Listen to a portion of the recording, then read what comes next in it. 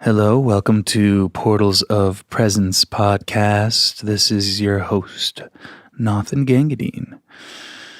Thank you for coming back. This is just the second episode of this series, which has no cap on it because the space in which we are speaking is entirely about upgrading literally anything that can be talked about.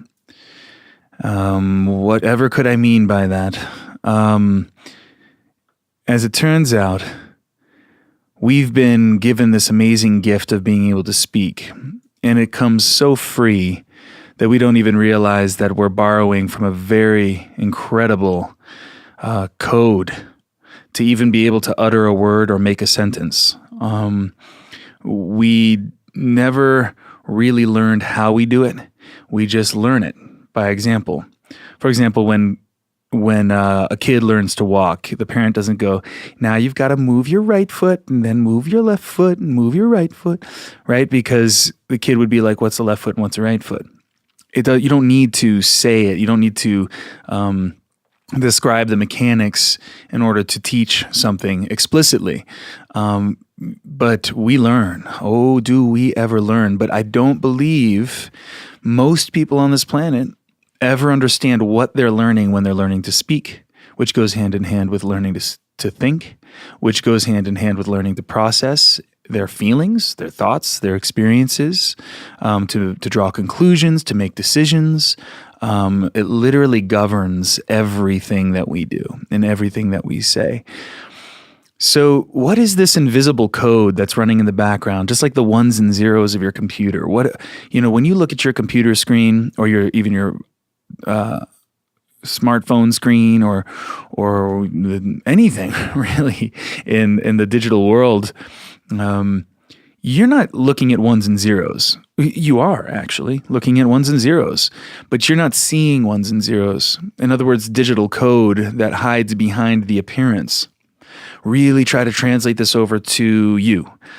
You may not realize it, but what allows you to process what's coming at you in every moment, whether it's me speaking or the cars on the road that are driving and whizzing by or all the countless stimulus that's coming at us, we don't realize how fast we are interpreting. Zero latency, it seems. And by latency, it's actually an audio term. When you have latency in a recording, like when you're recording a song, for example, or even just a voice like I'm doing now, if there's high latency, that means I make a sound and then you can hear the gap between when I say it and when it comes back through the headphones. So there's a difference between a difference in time, and it's usually milliseconds, right? So we call that latency. Well, we of course love low latency because as it's happening, you can hear it as it's happening, and there's no delay, right? So let's translate that over also to our interpretation experience, and make no mistake, you're interpreting all the time. And it's funny, as simple and obvious as that point is, most people don't realize that that's happening. Or if they have had the thought, I'm interpreting at some point or another, it's not integrated to a degree that you are continuously aware that you are interpreting. But if you are brave enough to face the fact that you are interpreting, then that has to go hand in hand with realizing that, well, heck, what is governing my interpretation process? How do I know that what I know is worthy of knowing? How do I know if anything that I'm seeing is real? How do I know that my interpretation code and programs are accurate? And that's rolls off the tongue here, but I feel like I need to almost put a warning disclaimer before these podcasts, because if you really hear what I'm saying, it could rock you and rock you right to the core. But I promise you, you're safe. You're safe. In fact, if we don't look at this, we're way more not safe than when we embark on this wonderfully thrilling and appropriately scary journey of going to the foundations of what we see, our lives, the foundation of our lives. How many agreements, and agreements may be too strong of a word, but how many ideas that were very, very important about who we are, what's going on. How many of them did we just inherit without even realizing it? And then we just bought it at face value because we deeply trusted our parents, and we trusted our teachers, and we trusted the television, and we trusted everything coming at us enough to absorb and integrate and embody the same exact codes that everyone around us is living and agreements. And yes, it's wildly varied across cultures, and even within one culture, like America, for example. So many different races and colors and mindsets and religions and all of that. But that goes for the whole world. And yet there's something fundamentally similar about all of them. Not just similar, but the same about all of them. Some of the deepest agreements. Now, one of the ways that I like to talk about this, and I still haven't come to addressing the main title of this podcast just yet, but bear with me. My favorite way right now to speak of that which we don't speak of, this code, this hidden code that tells you what to see, but doesn't help us see it, is the objectifying code. And when you say objectifying, you may have heard that in a number of different contexts. Like if a person felt objectified, that's not a good thing, right? It's like, don't treat me like an object. I'm not a thing. I'm a person. And I felt objectified when you said such and such, right? Well, that's a big infraction on the sacredness of life and the sacredness of the person. So we may think, well, I don't do that.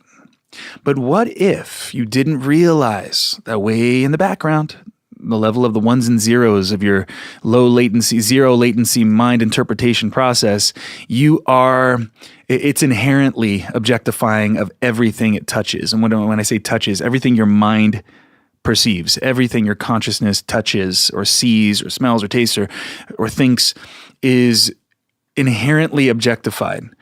Well, that sounds crazy. Like, how could you even say that? That would mean that we're like machines. Well, you don't feel like a machine, and you're not. But what if you do, actually, and you just don't know what you've lost touch with? What if there is a deeper experience of being alive, a deeper way of feeling, a more natural way of feeling, seeing, understanding, learning, everything, right? It's all encompassing, everything in our lives. What if everything we thought was normal was actually deeply objectified? And our code is doing it, but we can't change it because we don't know that there's a code governing it. And no one has taught us how to see that code. No one's taught us how to, instead of look at, to turn the attention to see the way that we look at. In other words, being critical in the deepest sense, and that's really what we revere. I mean, to have a critical mind, not critical in the sense of like a critic.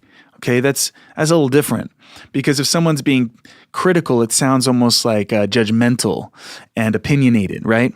But think about the ultimate value of being critical is to be able to see clearly, to know what's right and what's not, and to what's the truth. Whether we realize it consciously or not, we revere the truth. But then who's clear enough to know what the truth is? And sure, we hand it over to our, whether it's our justice system, or we hand it over to our parents because they're older than us, or we hand it over to a celebrity because they've made it and they must have something going on, or we hand it over to the news because we trust that they're being unbiased. Just saw a commercial about CNN today, and it was just an apple on the screen. You may have seen it. It says, "This is an apple. You can look at it from the left and you can look at it from the right, but it's still an apple." And then it says CNN. And that rocked me, not because of the way they wanted to rock the viewer, but because of what they didn't even realize they were saying. They were saying that we have the neutral, clear truth. We are not opinionated. We are not coming from the left or the right. We have the truth. That's a very big thing to say, especially in this day and age, and there's a lot of this fake news thing being thrown around.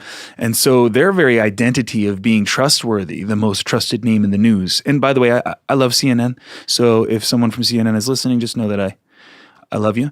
I appreciate what you guys do. I am grateful to be able to turn on the news and see a window into what's going on out there. It's important to me.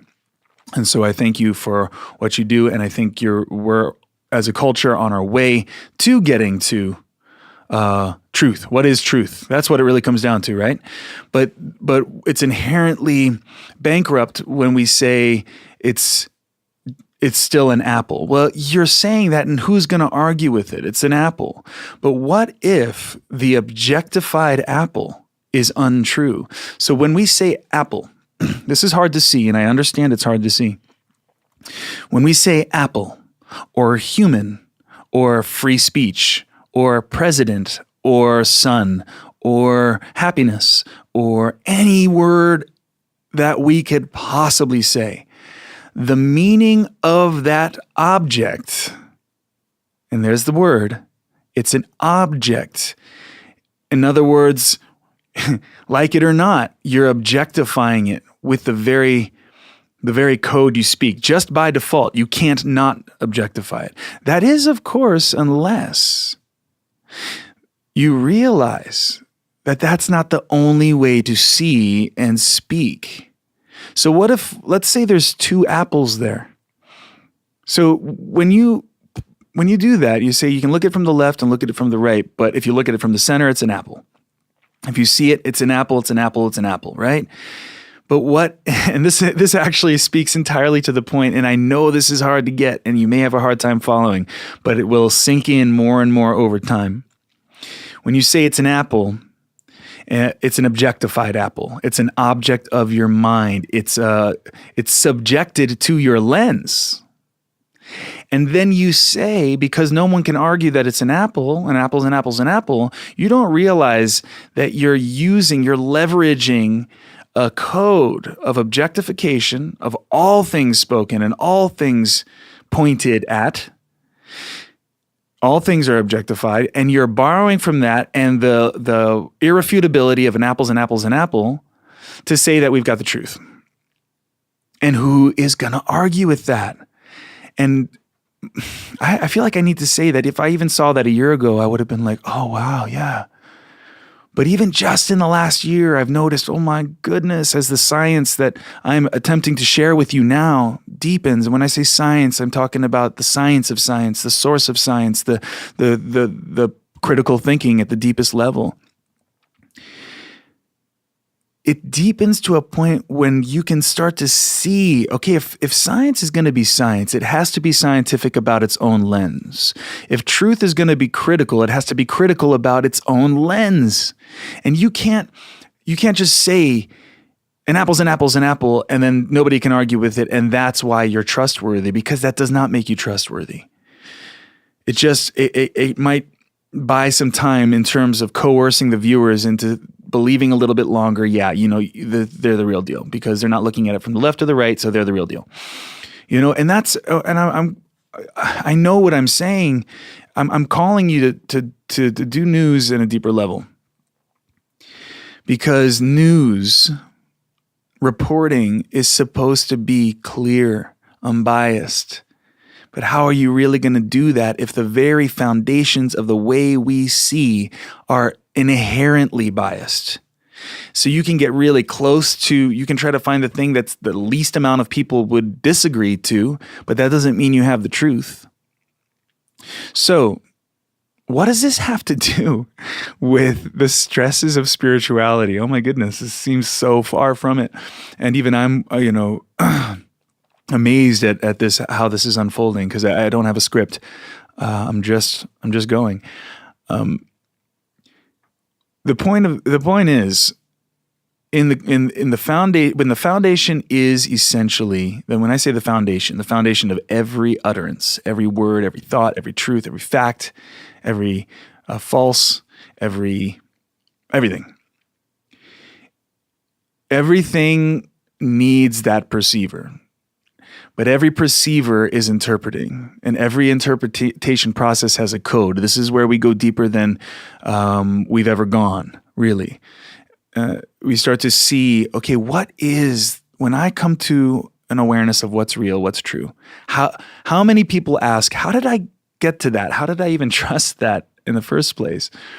This is a very important thing to ask. Otherwise, we're saying, well, I don't even want to look about it. It sounds too hard. I don't want to have to think about that. Well, you'd better start thinking about it, because if you don't, you are using a code that might be using you, and you don't even realize it.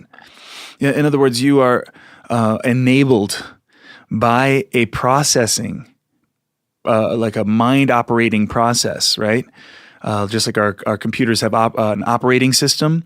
You may be governed by an operating system and you don't even know how it works. But what if at the very heart of that operating system is doing something that's, I'm going to just go ahead and say it, it's violent. Objectification is violent. What if our very mind operating process is inherently violent? In what sense? Well, the whole "don't objectify me, I'm a person" thing is exactly what I'm speaking to. That we know. So why do we say that? Well, we say life is sacred. You don't hurt someone. You don't harm someone. You don't abuse a child. You don't rape a woman or a man or anyone. You don't mindlessly kill. What is the ethic, the unifying ethic behind all that? Life is sacred. But then you have to ask, well, what is life? Life, you can't objectify it, can you? You can't make life a thing, because then you're doing exactly what we're talking about. So life is even objectified. Well, if life is objectified, not because we want to, but because we can't help it, all we have to do is think of life, and it's an object of the mind. If I said to you, what is life? What would your definition be? Well, definitions are inherently objectifying. Do you ever feel like someone defined you and had nothing to do with you? And they were using that code on you. And they weren't qualified to see you. Why? Because their interpretation mechanism, their lens, their operating system is not connected to the sacredness of life. In fact, it's denying the sacredness of life continuously. So then what I'm saying is really big. I'm saying we're all violators. We're all violators, not because we wanted to be, not because we said, I'm going to violate. Consider for a moment that every single last violation happening now and all through time, since the beginning of time, all was caused and made possible and brought to you by an initial condition. One that we have not been able to see because it is how we see. One that we've not been able to think about because it's how we think. So that's exactly what this Portals of Presence podcast is seeking to help you begin to develop that deeper kind of seeing, a source seeing that's able to see the seeing from a deeper level. Now, I have videos on my website, unumbeing.com. I think one of the first videos up there is precisely addressing this point on a deeper level, and it uses a technology pioneered and discovered and developed by my father. And so I always want to give him credit for having the wherewithal to see the necessity of it. And it took me a long time to get why it's so powerful and why it's so necessary, and getting humanity out of the doldrums that we've been in for so long, that we've grown accustomed to. And we're trying to fix all of our problems in that place. And we haven't been able to. So if we're not calling it out, what happens? If we're not calling out the real problem, all we can do, just like medicine, a kind of allopathic medicine approach is to look at, right? It's an objectifying kind of lens that looks at the body as an object and as a chain reaction. So if you've got cancer in your lungs, we're going to say, were you a smoker? And we go, okay, smoking caused your cancer. And, and that translates to everything. So if you have an ailment, it's definitely a linear chain reaction and you've got to figure out what it was. But what we're going to do in the meantime is suppress the symptoms. We're going to say, I don't like this rash, this symptom. I don't like this tumor. I don't like this, the symptoms that I'm feeling. So what do? We take the medicines and the prescriptions that suppresses the symptoms. Well, that's an analogy for exactly where humanity is now. We know there's problems. We know that the problems are everywhere. And I think if everyone is to be honest, I think deep down we all feel like there's no hope in a way. Why? Because in a way that's smart, because as long as we stay in the objectifying mind space, there is no hope. But we don't know how to say that. And ironically, it's calling that out is when hope really comes alive again, because you can go, oh, that's what's causing all of this disarray. But what happens when you try to get better and try to heal the issue when you're using the same mind that caused the issue to begin with? Well, you're going to get deeper. And this is where spirituality comes in, because whether you realize it or not, everyone is the same in this one core way. We're all sharing this objectifying mind process, and it can be so different. It can be Republican, it can be Democrat, it can be Christian, it can be Muslim, it could be you name it. You get the idea. It can be atheist. It can be open-minded, closed-minded, agnostic, spiritual. Which brings us to now 20 minutes into our sharing, it brings us to the point that I'm really wanting to bring through here.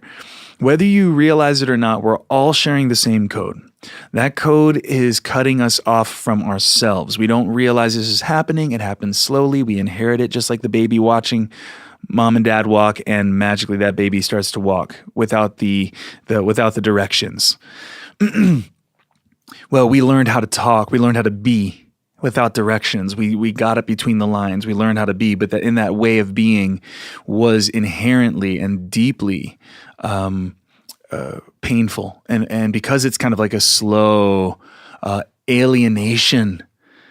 I mean, one of the ways I think we could all relate to it is if we can just think back to when we were kids, before we started to become self-conscious and more shut down and more critical and judgmental. And when I say critical, I mean in that cutting way, in the objectifying way, not in the loving source way, scientific truth critical, but we started to become self-critical and self-deprecating and scared.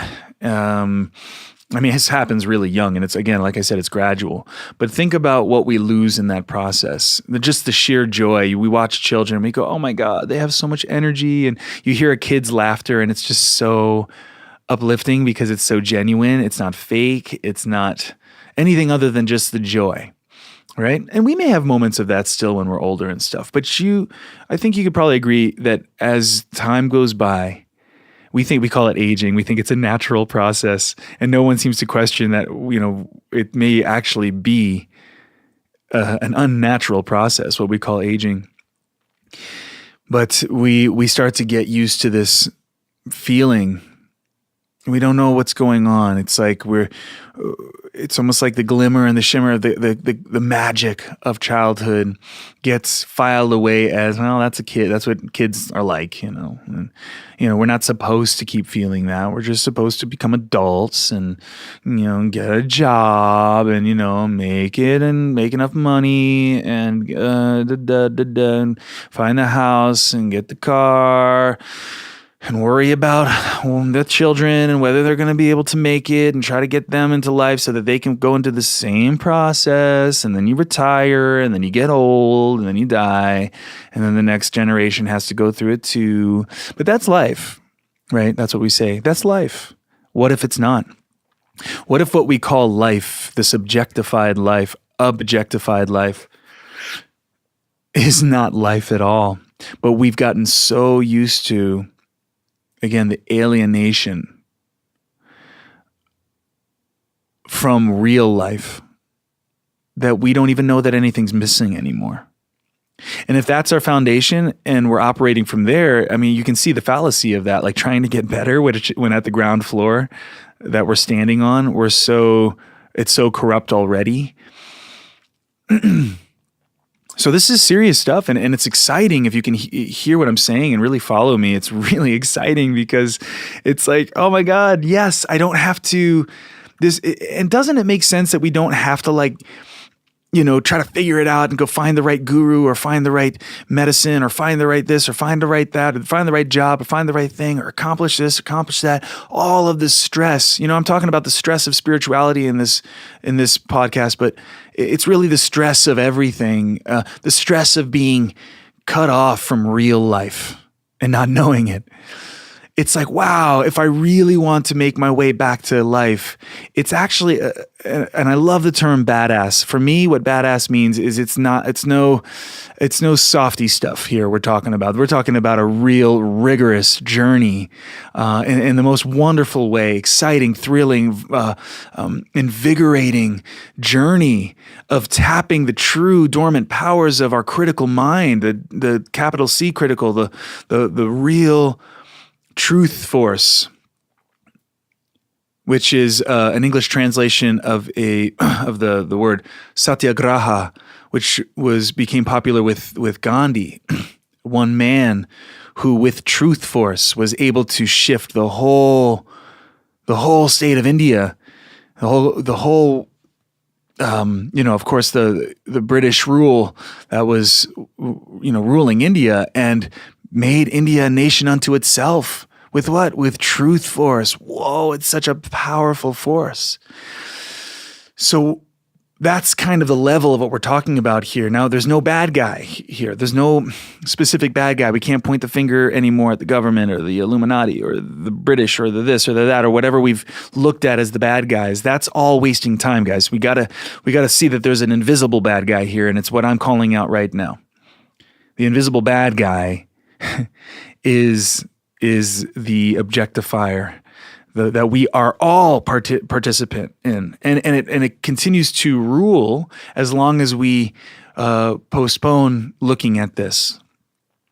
And this is exciting because it means it's like if I'm to be honest with you, I'm relieved that there's not a bad guy, but humans have been trying to find the bad guy, whether it's the devil or Mara or Lucifer or whatever names, for a long, long time. We've personified the problem, again, like bad medicine. We've personified the symptoms when we don't realize that even that is, again, a symptom of the objectifier. So this is about going, oh my God, it's not out there. It's right in me. It's right in all of us. But where in me? Is it in my shoulder? It's in my chest? Is it in my leg? Is it in my head? Well, it's in your mind. Well, where's the mind? Well, a lot of people say the mind is in the brain. But again, that's just a perspective. The mind, but we're going to call it the mind nonetheless. Wherever you might see that to be, the mind is the house of the being. And that house, if it's an objectified house and an objectifying house, that being is suffering. And we're all suffering. And this is where we meet. And so every endeavor throughout the planet, whether it's scientific, atheistic, religious, agnostic, spiritual, which I'm going to focus on spiritual in a moment, it's all the same endeavor. What? To fix the problem. To fix the fact that we know on some deep level that there is a chasm, an unspeakably deep chasm between where we are and where we are supposed to be. We can feel it. And every single religion addresses this condition. But even if we take it out of religion, it has nothing to do with religion in and of itself. It has to do with reality. It has to do with facing the obvious truth that we are suffering. We're in deep pain. We know it. It's not a matter of opinion. It's just the evidence is glaring when you can see from the real critical eyes, the real critical mind, I meant to say. because the critical eyes are the ones that look at, but the critical mind is the enabled, the empowered mind, the deeply rational mind that's able to see the rationality itself. And when we have that, we can see, oh my God, we're trying to get back to that. And I call it the source a lot. We're trying to get back to the source. We're trying to get back to the origin. We're trying to get to the truth. We're trying to get to reality. So science, atheists, religious folks, spiritual folks, see what unites us is we're all together in the same endeavor. But we're also all the same in making the same mistakes, which is not being able to take that extra step back that I'm asking you to take right now as you follow me. I'm focusing on spirituality because the spiritual being, which up until relatively recently, I just kind of took refuge in the name spirituality and being spiritual. I even remember shortly after 9/11 being on an airplane, and I was writing just about my own process and about bringing the structures down that I felt were created in me. I mean, I didn't realize what I was saying at the time, both in just the magnitude of what I was trying to face in myself, which is exactly now what I'm talking about all these years later. But also, I didn't realize how naive I was being by writing something like that on an airplane, which I was. And I didn't know that anything was wrong. In fact, it was a very enjoyable flight.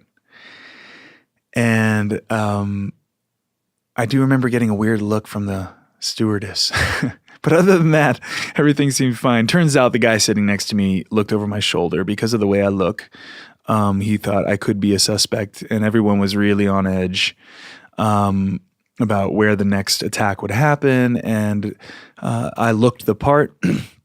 And according to the journal entry he was reading about taking down the structures, and they will fall and things like this, come to think of it, he had good reason to be worried. I think I would have been worried too. As I got off the plane and, everything was fine, of course, and I think the guy sitting next to me realized that he might have pegged me wrong. I got surrounded by cops and airport officials as soon as I got off the plane, which you can imagine my, degree of being stunned in that moment. Like, oh my God, I'm not, whoa. And they're like, let us see your journal. And I was like, here, you can look at it, but I promise you, I'm not religious. I'm spiritual. And I took refuge in that. And I'm a spiritual person. But that doesn't mean I'm religious. I'm spiritual. So I'm not like, here to like push Allah or anything. Like I was trying to defend myself as not being a religious fanatic and therefore spiritual. The whole point of this story is I'm trying to say that was when I first said to anyone, I'm spiritual. And so that word meant to me the place I could go that wasn't religious, wasn't close-minded version of scientific atheist. It was, I'm open. So I really liked that I could find a word that was me. They let me go, by the way, really quick. They realized I was harmless and sent me on my way. But nonetheless, I see that as a moment of starting my spiritual journey, October after 9/11. And all the years that followed, from going into hippie fests and going to my yoga training in San Francisco and living in Sedona, which was, it's a spiritual mecca of the world, and going to drum circles and going to parties where the normal conversations would be things of controversial conspiracy theories about aliens and chemtrails. And it was exciting to me that people would be willing to talk about these kinds of things because I came from Philly area where it was much more kind of straight and narrow. sort of mindset, generally speaking, and I was kind of one of the weirdos because my parents raised me to be open-minded. Both my parents are very open-minded, and and I'm grateful for that because they allowed me to be open-minded about everything. And I got exposed to things like the Mayan calendar and all of that way before it became a popular thing. The Mayan calendar, spirits, ghosts, how to do out of body experiences. I'm talking about the ages of like 13, 14, 15. Like I'm getting into all of this, what those around me would call kind of woo-woo stuff, right? But I loved it because it had the feeling of at least keeping things wide open. And I felt that the culture was so close-minded and so dogmatic about what's the only way to see reality that, of course I'm going to go to spirituality. It's the other place I could go, besides any of the constricting and restricting mindsets that I saw all around me. And I'm proud of myself for that. And I'm proud of anybody who has the bravery to say, I'm going to find my own way. And I did. I got out of high school. I went one semester of college and I thought, you know what? I cannot do this to my mind anymore. I can't do this to my being anymore. I felt the suffocation of it. And that's when I came to Sedona and I started to discover spirituality, and everyone's talking, all this exciting new stuff. And you can go to, chanting, and you can go to, it was just, and then of course with that, I don't want to say drugs, but, the substances of like, marijuana and opening the mind in those ways, and the substances that people were doing that make you experience things differently and see the energy and nature and see the connection and all this stuff. And so just imagine a young version of me, I was pretty wild young man in those times, just hungry for life and really big on doing anything that made me feel like I was out of the box. And like I said, going to these festivals and changing my name, throwing off my identities, really just being free in that way. And it was a very important part of my life. I look back on it and smile because I needed to do that. I needed to go through those motions and but it evolved, after going to the festivals and going to the Burning Mans and going to, workshops of all kinds, spiritual workshops, guru kinds of things, getting channelings from beings who were supposedly able to channel disembodied consciousnesses and really giving them my trust, and even paying for sessions and looking for catharsis, be it through breath work or or some other form of what I was doing essentially was trying to break out of the confines of the objectifying mind without knowing that that's what I was doing. I was doing, to link it back to when I said it's bad medicine. It was totally innocent and good-hearted and wonderful that I wanted to feel outside of the box. But what I was doing was what you would exactly expect, to be using the same objectifying mind and thought process to come up with the solutions. And what were those solutions? The solutions were, well, travel, be free, be wild, change your name, try mushrooms, experiment with this and that, and go do breath. That's it. It's breath, and have a real good experience with breath, or change the way you say everything. And, I'm not going to say anything negative. I'm only going to say positive things and see how that works. Guys, I tried everything, traveled all these different places, looking, trying, and using, again, innocently, not knowing what I was doing at the time. I had to go through it, but using substances and essentially using myself. That's what it comes down to, using myself to get to spirituality, which to me meant connection. It was what I was trying to get back to, was to get back to source, to get back to awaken real life. And I knew on some deep level that something was wrong, something was missing, and I had to get it back. But I made the classic mistake of thinking it was out there. And funny enough, even when you get spiritual enough to go, it's not outside you, it's inside you, you can still spin your wheels because you're still saying an objectified version of inside of you. You don't realize it. It's so deep. It's the springboard from which we say anything or speak anything. So you can speak. Here's the point, guys. You can act the part of spiritual, and you may not think that you're acting because it's a genuine desire to be spiritual. And I want you to know, as I really go for the jugular here, so to speak, of false spirituality, I want you to know it's with utmost love. And that's why I'm telling you my background. I'm telling you my story. And I'm setting up the bigger context of understanding how deep the objectifying mind goes.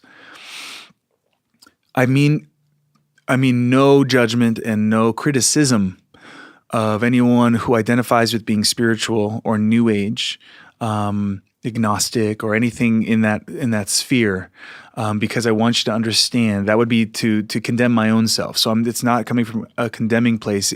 I'm coming from a place of wanting to help you see the futility of attempting to get to source with an objectified version of spirituality, which I know all too well, guys.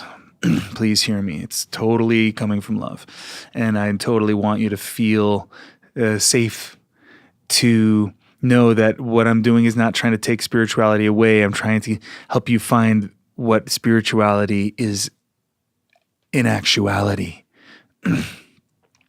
But we have to go through this humbling process of realizing that even though you want to be good, and even though you say only nice words, and even though you never kill anything, like you don't even harm a fly, and I'm just saying examples here, and you're vegan and you're vegetarian, or you don't want to hurt anybody, and you're genuinely kind and nice and loving, and you just want everybody to get along, like myself.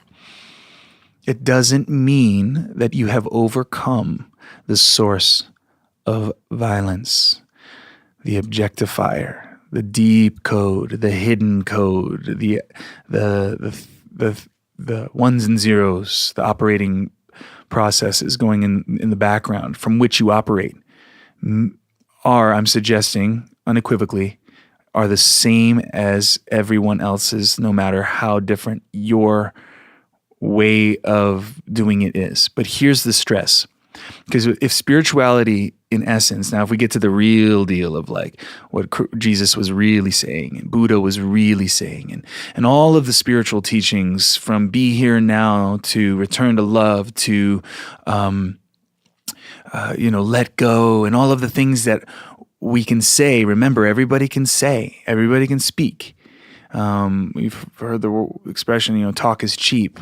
Well, yeah, the talk is cheap from the perspective of all we can do is talk from an opinion place. Anybody can say anything. There is no truth. So it's just blah, blah, blah, blah, blah, and fake news everywhere you turn. But that doesn't mean that's the only way to speak. It doesn't mean that's the only talk there is. That's not the only talk in town. And that's where I call them the heavyweights, the Jesus, the Buddha, the Lao Tzu, the Krishna, the Muhammad, the Moses, Abraham teachings, the deep, powerful teachings. And that's I'm looking deeper than religions now.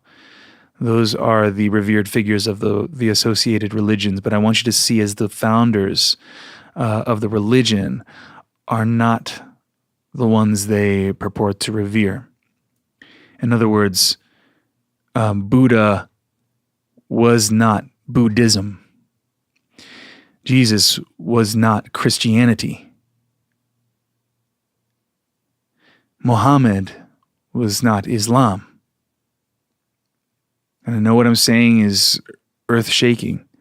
And I'm going to just so you know, it's not nothing personal. Science is not science with a capital S. Spirituality is not spirituality.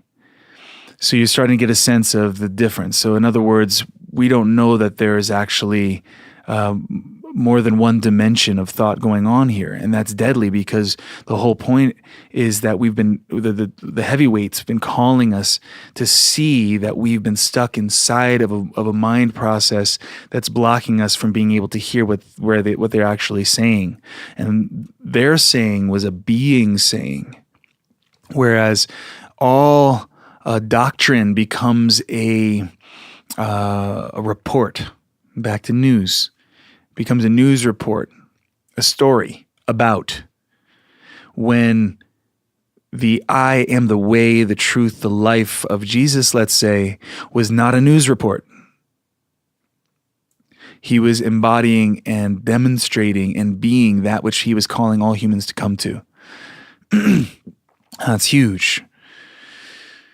So, and it's exciting. So just like, as I said, spiritual folks and who identify with spirituality or new age mentalities, just know it's nothing personal when I say that spirituality, as we know it today, ain't the real spirituality that we're meant to find. That's exciting. You should be excited to hear that, not offended.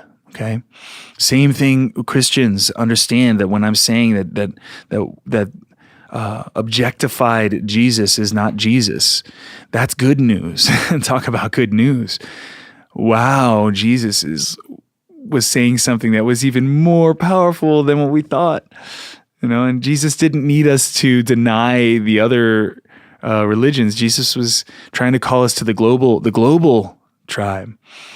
Where Jews and Muslims and Christians and Taoists and Buddhists and Sikhs and I don't mean to leave out any religion, but we all meet in the source. We all meet in the origin. We must. We have to. There really isn't a choice. I mean, and if we opt out of that, we are going to disintegrate, and that's exactly what we've been seeing. Back to spirituality. Spirituality is kind of an escape. It's driven by a kind of intelligence that sees, no, it's not just one of them, it's all of them. Well, you can say that, again, you can say lowercase s, and it's still not going to fix the problem. It's still not going to get you out of the objectifier. So in other words, you can put, instead of just having one figure on your altar, you can put all of them on your altar. But that doesn't mean you've crossed into the space, the higher space, the unum space, I like to call it, like the unum being of my website. I chose that word for a very good reason. The unum is the infinite unum, the unifying field of all reality. That is the same space that again, atheists, agnostics, religious folks, and everyone in between, and spiritual people all share, right? So you don't just say that. You have to cross into it. You got to get the science. You got to get, well, if that's here and there's no way to be outside of it, and it's right here. Oh my God, we're here. Awareness is, I'm here. I can see, I can think, I can be. Or you're kind of touching the energy here of what Descartes was seeing when he was saying, I am. Oh my God, I am. That level of shift is where we're supposed to be, but we're not feeling it. And that's why I'm saying what I'm calling the objectifying mind, the objectifying ones and zeros code of our consciousness, which we inherited and keep embodying and keep repeating. And that's samsara, to take an Eastern word that means the eternal wheel of suffering. That's where we're in this kind of samsaric, or to take the word from the Western religions, the sin is not a bad thing you do, but the state of being in the alienated from the kingdom of heaven, to use those words. But if we take it outside of that, just health, happiness, let's make it health and happiness, or love. And then we're starting to get back into that spirituality realm. It's love. It's all love. We're all one, one love, and all of these slogans, right? Which are easy to say, but if saying it was going to do it, it would be done. Something deeper has to happen. Because you can say one love and it's just another opinion.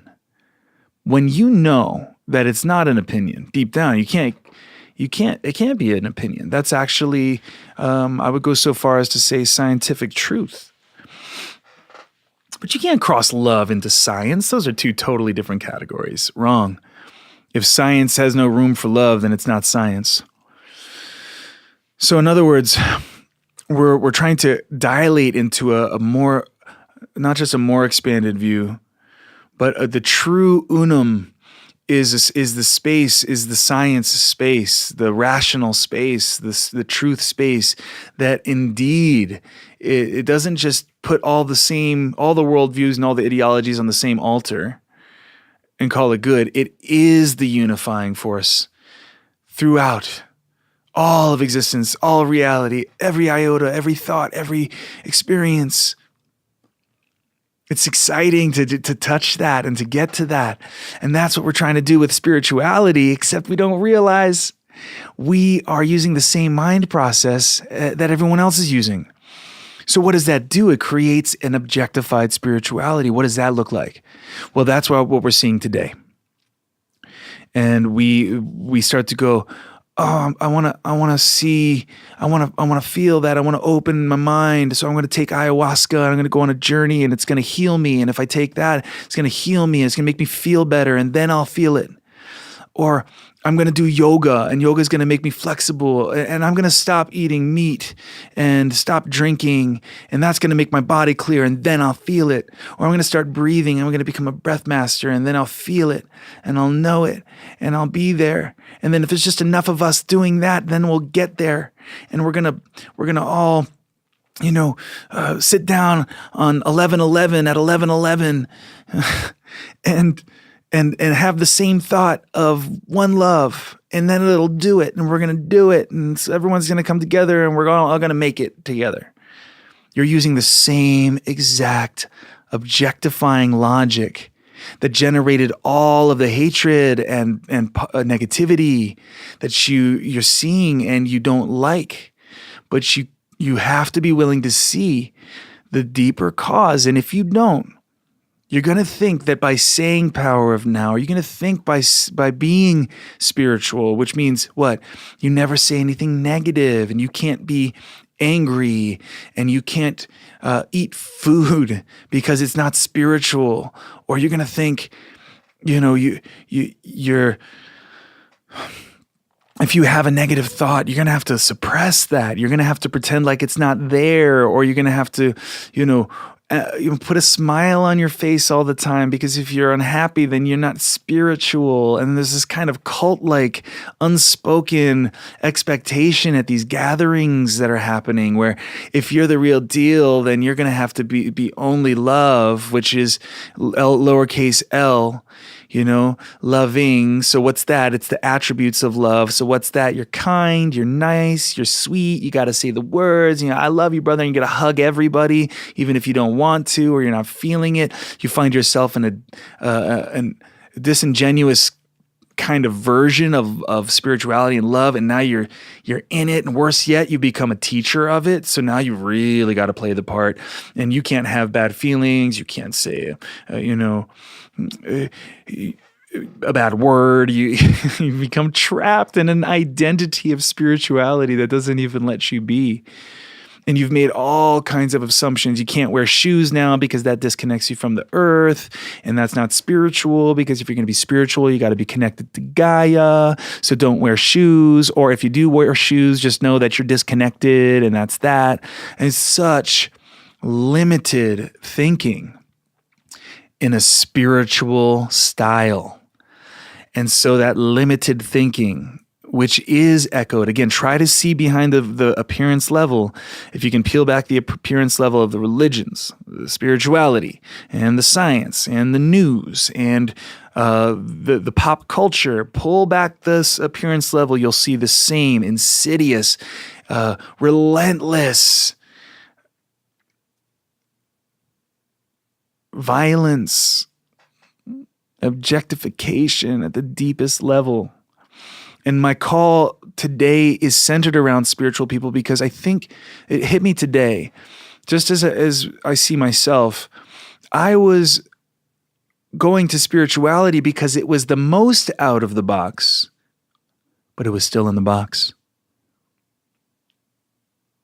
And in that, I'm also speaking to the people who are following others right now in a spiritual way, whether it's a book or an author or, a guru, celebrity of any kind out there, or it's, any kind of life coach or anything like that.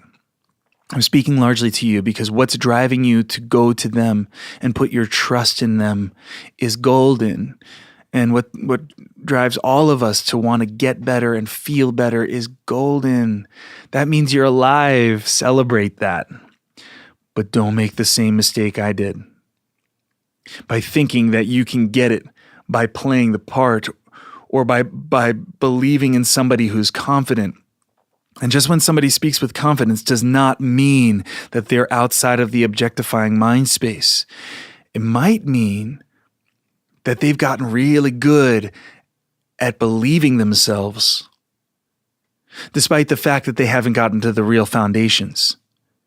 And so if you start to follow someone like that, you're going on a ride, you're going on their ride. And guys, I did that.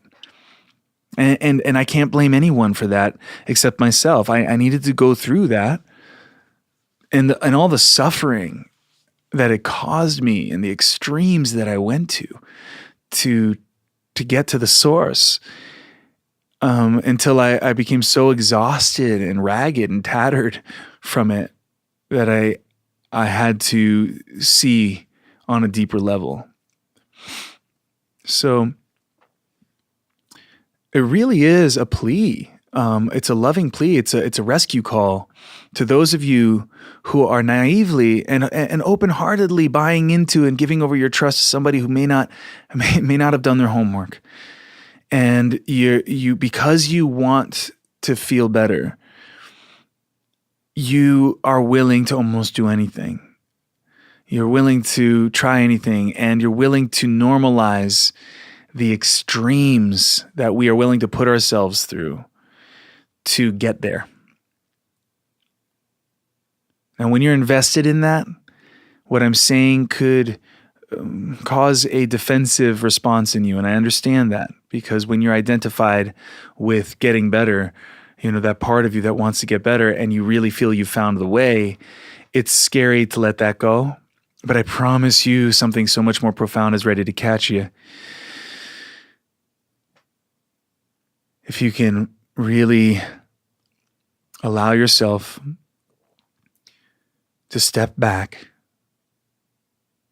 and not be afraid of the mind. In spirituality, guys, in a lot of the new age, you'll hear the slogans again, get out of your head and into your heart. I'm a feeling person. I'm not a thinking person. I just don't like that style. I'm a feeling person. I just want to get into the body and into the emotions. I want to use my feminine intelligence and intuition. Mind is masculine and it's not for me. Guys, if you buy into this, you're not only shooting yourself in the foot, you're shooting yourself in the head, metaphorically speaking. And it's a grave mistake. And you may be buying yourself some time for now, but you're going to become stressed. Here comes the stress of spirituality. The stress that causes. You may not even realize you have it, but having to keep up with that denial, you couldn't say, I don't like the thinking, I like the feeling, without the mind. So you become a living contradiction. You have to do all kinds of backbends, so to speak, and loop-de-loops and sidesteps to be able to live up to your own illusion that you are somehow outside of mind. You can't get outside of mind. And to try to be outside of mind and call it spirituality isn't spirituality, it's the antithesis of spirituality. Furthermore, there is no feeling without mind. Mind and feeling, the very fact that you're dividing them and saying head and heart, consciousness and body, mind and feelings, that is exactly the confession, whether you mean to make it or not, that your thinking is still in an objectified mind space. So you become subjected to your own lack of awareness on that level, which becomes again, it's violent because you're dividing yourself. You're separating your mind from your body, and you're disabling yourself. You're handicapping yourself willingly, without maybe realizing that that's what you're doing. Because I didn't, not until I went through enough suffering. And the fact is, you'll have to go through enough suffering too. You might not like what I'm saying. You might turn this off. You might tune it out. You haven't suffered enough. You need to go through the suffering of what it means to try to get to source by avoiding what I'm asking you to do, which is awesome, tapping an awesome mind power. When we say, oh, I just blows my mind. That's an awesome feeling, isn't it? Well, that's what we're talking about, the ultimate form of blowing your mind wide open. So when we say get out of the head and into the heart, okay, by contrast, that feels really good. It's like, yeah, okay, cool. It's like I can just focus on feelings. But that's only going to last as a remedy for so long before you have to again come to, but I got to face the mind. I have to face the fact that every waking and sleeping moment of my life has mind, awareness, consciousness, interpretation. And that if I don't face that, then I'm running from it. And if I'm running from it, I'm procrastinating the most important leap, which is, again, it's so awesome and so invigorating and so like, oh. And so I describe it to my students and my clients and my one-on-ones, and often as when I got my mind back, because I see this again and again and again, and I realize why Source had me go through these experiences of being in that role so that I can speak intelligently to it. I know what it feels like to have mind phobia. In other words, you sense, without maybe even realizing exactly what you're sensing, that having to think on this deeper level requires an incredible amount of energy and rigor and uprightness, for goodness sake, in the most beautiful sense, because that's what life asks us to do, and we would love to find a bypass. You may have even heard the term spiritual bypass, and I don't believe that whoever coined that term really understood necessarily the depth of what he or she was coining. But spiritual bypass with lowercase s is exactly what I'm speaking of. But it's not just a bypass of lowercase r reality. So that's how it's usually termed, like, you're just spiritually bypassing, get back to reality. Well, reality is a bypass. If you can really step back and see it, that our whole, what we call reality, is again is governed by that interpretive space.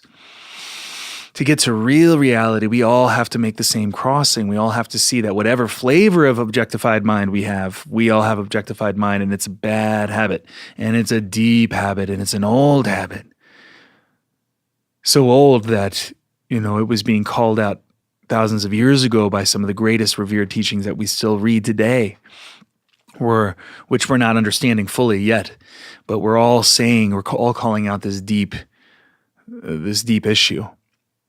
So spiritual bypass becomes a way of going, well, I'm just going to go through the body, and then I don't have to do that. So I'm going to just, I'm just going to, I don't want to have to go through the rigor of really stepping into mind power. So I'll take the stress instead of fooling myself by saying, I don't need that. All I need is chanting, dancing, and breath work and yoga, and and I'm just going to do that. And as long as I eat, as long as I'm a vegan and I drink lots of activated water, and I just think happy thoughts, and I have a vision board, and I get a massage every week, and I'm going to make sure that I say only loving things, and I'm going to read my angel cards, and I'm going to, just on and on and on. Guys, I did it all.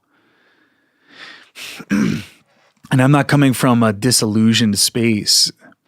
But what I'm saying is all of those methods used as a bypass in in lieu of the real work is not gonna relieve you of the deepest anxiety and stress that all humans are facing. You almost become a slave to having to fool yourself and convince yourself. If you go to any one of these gatherings, you'll see it. If you see it with these eyes, you'll see, oh my God, our only choice is to see that we're not doing it, or to really make ourselves believe that we are doing it. And you can see it and you can feel it when you start to become sensitized to it. And this is, again, not a put down of anyone. It's saying, guys, we don't have time to waste anymore. That's what unumbeing.com is about. It's everything here is in this Portals of Presence podcast. It's all about, there's no time to waste. You can feel the cry happening 24/7 now. I mean, it's come to such a screaming intensity in our world. We can no longer cover our eyes and bury our heads in the sand and plug our ears and etch out a little space for ourselves, or we don't have to do the real work. We got to do the real work. But the good news is it's wonderful work. It's beautiful work. It's empowering work. It's simplifying. Oh my God, we are so fragmented, and we're so fragmented and fractured that we can't even see the fractured state that we're in. But if we just take a look around, we can see it in the culture.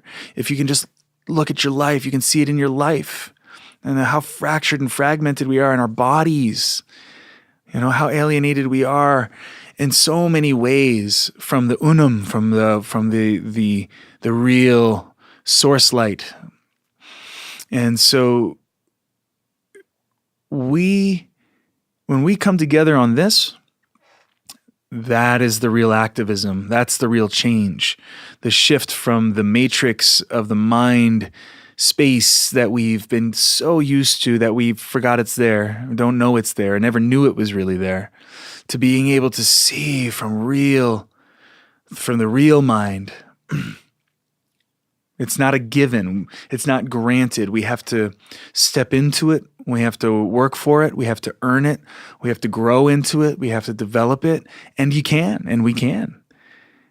And then we will be qualified and capable of ushering in the shifts that we love to talk about in the spiritual communities. Shift and the birth and the transformation and the enlightenment and the awakening, and all of these words are just getting cheapened because anybody can say it. You can say awakening all you want. But if you don't realize that it's badass and that we're not starting from scratch here, but it ain't just granted, and you know, chanting's not going to get us there. Chanting can help us, you know, feel good, and that's wonderful. And eating clear can help us, and that's great. And powerful medicines that are being just, you know, used so frivolously, like ayahuasca, and these powerful medicines that people are being thrust into the wide open spaces that they open before you're even ready, and traumatizing countless people, and myself included. You know, the deep malpractice of spirituality. Again, it's not okay. I'm saying it's not okay. It's understandable that we would do that, because why? The drive to get home to source is powerful. But when it gets misdirected and we start to try to go through objectified medicines, objectified spirituality, objectified positivity, objectified dietary changes and methods, and objectified breath and objectified yoga, and we're doing all of these things, it's malpractice at the deepest level. And there's no quality control out there. I mean, anybody can slap a sign up that says, I'm a healer, I'm a spiritual teacher, I'm a yoga instructor. And so we just go, oh, we've got the title. So, you know, or I'm enlightened, or follow me, I'm confident, I'll teach you how to be confident, I'm happy, I'll show you how you can get what you want to. And all of these different modes that we give over to are all in the objectified space.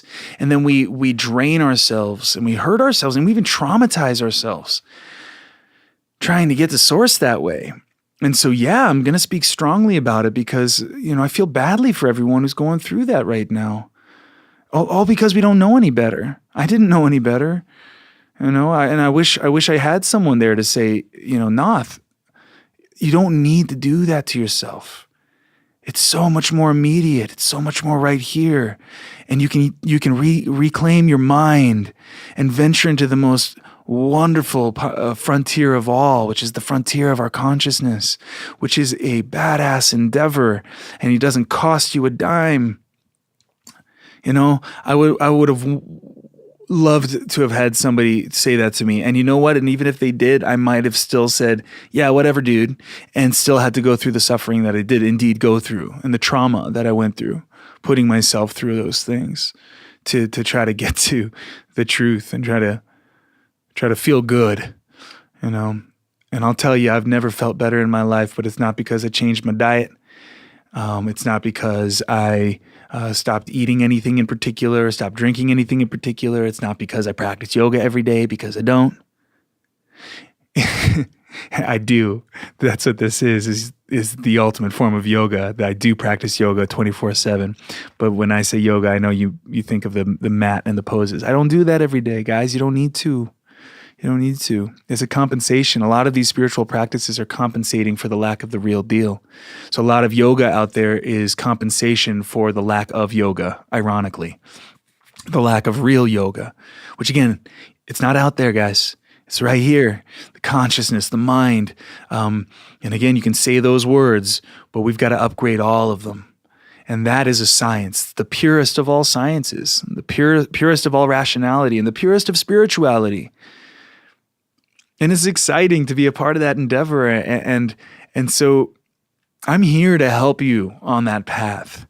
It's like we all have the bullshit detector in us all the time. Because why? Because as long as you have a heartbeat, you are woven into the fabric of reality. You are connected to truth at the deepest level. The problem is that we get so alienated from that our bullshit detector is rendered useless. Because we don't even know how to listen to it. We don't know how to empower it. We get swept away with the opinions, and everything is just opinions. There is no truth. So you just got to pick your favorite opinion and just go with that. And that's the best we got. But we know deep down that's not okay.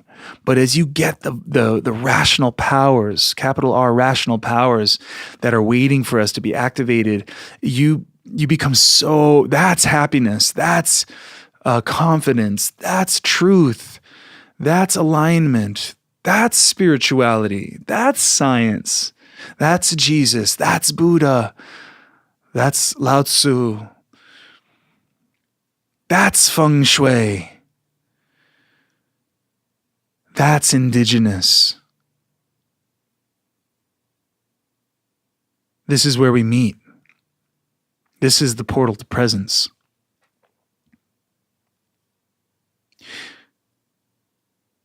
So the bottom line is we're all experiencing the stress of some form of objectified ideology. And just because it's spiritual and open-minded, relatively speaking, does not mean you've left the objectified ideology space. You're still subjected to the ideologizer. And that's what's killing us, and that's what's fragmenting us, and that's what's tearing us apart and leading to all the violence, inward and outward. Guys, if we don't get this, every ounce of effort is wasted. This is exciting because it simplifies the picture, the task at hand, before we do anything else. We've been putting the cart before the horse long enough, the symptoms before the source. Let's get to the source now and join me on this journey. It's ever unfolding and ever deepening, and you are a part of it. So I will see you next time. Thank you for following with me. Thank you for listening. Really, at the deepest level, love and appreciation for everyone out there. We are all the part of the one beating heart of humanity, and we are going to rise and meet. And we are. So love to every last one of you, no matter how different. Love to every one of you. And I will see you and hear you next time. on Portals of Presence.